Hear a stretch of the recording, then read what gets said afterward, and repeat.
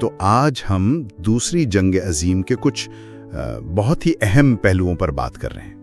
جی، خاص طور پر مغربی اور مشرقی محاذ اور نازی نظریے کے تحت جو ہولناک جرائم ہوئے ان پر۔ مقصد یہی ہے کہ ان پیچیدہ موضوعات سے اہم باتیں نکالی جائیں۔ بالکل، تو چلیں شروع کرتے ہیں۔ مغربی محاذ سے 6 جون 1944 ڈی ڈے، یہ تو بہت مشہور دن ہے۔ جی، آپریشن نیپچون، تاریخ کی سب سے بڑی بحری چڑھائی۔ مقصد تھا فرانس اور مغربی یورپ کی نازی جرمنی سے آزادی۔ لیکن کیا یہ اتنا آسان تھا؟ مطلب جرمن تیار نہیں تھے؟ دیکھیں، جرمنوں کو حملے کا اندازہ تو تھا۔ فیلڈ مارشل رومیل نے اٹلانٹک وال بنائی تھی، رکاوٹیں، بارودی سرنگیں، بہت کچھ تھا۔ اچھا، لیکن اتحادیوں کا کمال تھا آپریشن فورٹیٹیوڈ۔ یہ ایک بہت بڑی دھوکہ دہی کی مہم تھی۔ دھوکہ دہی کس طرح کی؟ نقلی فوجیں، جعلی ریڈیو ٹریفک، ڈبل ایجنٹس، سب کچھ کیا تاکہ جرمن سمجھیں کہ اصل حملہ پاس ڈی کالے پر ہوگا، نارمنڈی پر نہیں۔ اچھا، تو یہ چال چل گئی؟ ہاں، کافی حد تک۔ جرمن کمانڈ الجھن کا شکار رہی اور بروقت کمک نہیں بھیج سکی نارمنڈی کی طرف۔ پھر لینڈنگز کیسی رہیں؟ 5 ساحل تھے نا، یوٹا، اوماہا۔ جی، یوٹا، اوماہا، گولڈ، جونو اور سوارڈ۔ اوماہا بیچ وہ سب سے مشکل ثابت ہوا۔ وہاں کیا ہوا؟ وہاں امریکی فوجیوں کو بہت شدید جرمن مزاحمت کا سامنا کرنا پڑا۔ اونچی چٹانوں سے گولہ باری ہو رہی تھی، دفاع بہت مضبوط تھا، جانی نقصان بھی وہیں سب سے زیادہ ہوا۔ اور وہ پوائنٹ ڈو ہاک کا بھی ذکر آتا ہے؟ جی ہاں، امریکی رینجرز نے وہ 30 میٹر اونچی چٹانیں چڑھی۔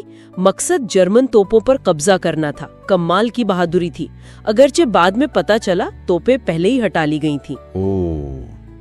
لیکن مجموعی طور پر فضائی برتری کا کتنا کردار تھا؟ بہت زیادہ۔ اتحادیوں کو فضا میں تقریباً مکمل کنٹرول حاصل تھا، جس نے جرمنوں کی نقل و حرکت اور رسد کو بہت محدود کر دیا۔ تو پہلے دن کے آخر میں کیا اتحادی کامیاب ہوئے؟ یوں سمجھیں، وہ 5 ساحلوں پر قدم جمانے میں تو کامیاب ہو گئے، جو خود میں ایک بہت بڑی کامیابی تھی۔ لیکن جو ان کے فوری اہداف تھے، جیسے شہروں پر قبضہ، وہ پورے نہیں ہوئے۔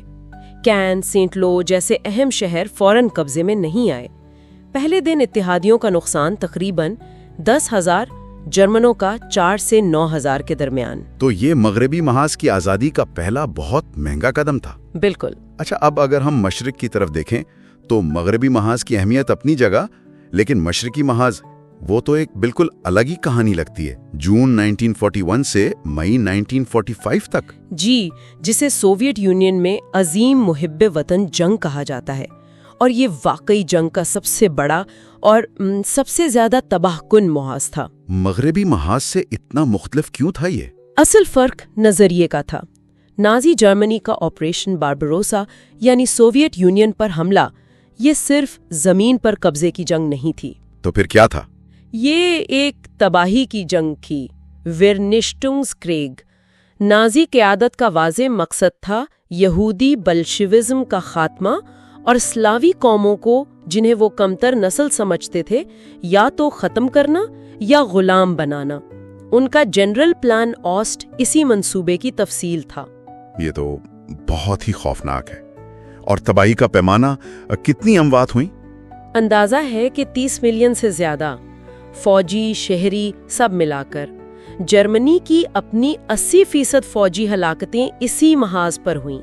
اور اسٹالنگراڈ، کرسک جیسی لڑائیاں؟ جی، وہ فیصلہ کن لڑائیاں تھیں جنہوں نے جنگ کا پانسا پلٹ دیا۔